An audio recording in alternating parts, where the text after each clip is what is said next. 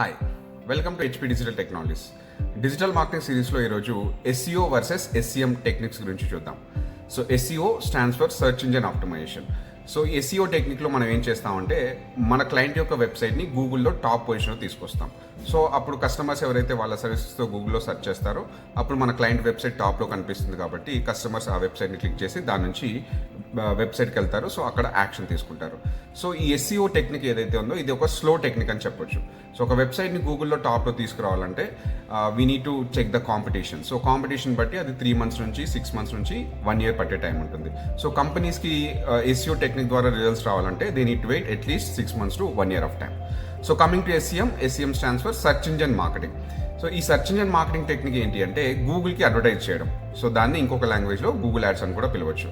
So గూగుల్కి డబ్బులు invest చేసి ads run చేయడం ద్వారా ఇమ్మీడియట్గా మనం రిజల్ట్స్ అనేది జనరేట్ చేయొచ్చు. సో ఇప్పుడు బిజినెస్ పాయింట్ ఆఫ్ వ్యూలో ఎస్ఈఓని ఎప్పుడు చూజ్ చేసుకోవచ్చు, ఎస్ఈఎంని ఎప్పుడు చూజ్ చేసుకోవచ్చు అంటే లాంగ్ టర్మ్ గోల్ ఉన్నప్పుడు, సో టైం పట్టినా సరే మనకు లీడ్స్ కన్సిస్టెంట్గా రావాలి అనుకున్నప్పుడు సర్చ్ ఇంజిన్ ఆప్టిమైజేషన్ చూజ్ చేసుకోవాలి. లీడ్స్ ఇమ్మీడియట్గా రిక్వైర్మెంట్ ఉంది, త్వరగా మనం బిజినెస్ జనరేట్ చేయాలనుకున్నప్పుడు మనం గూగుల్ యాడ్స్కి అదే సర్చ్ ఇంజిన్ మార్కెటింగ్ టెక్నిక్ని యూజ్ చేసుకోవచ్చు. Thanks for watching this video. Please do subscribe to our channel and also follow us on Instagram to get more updates. Thank you.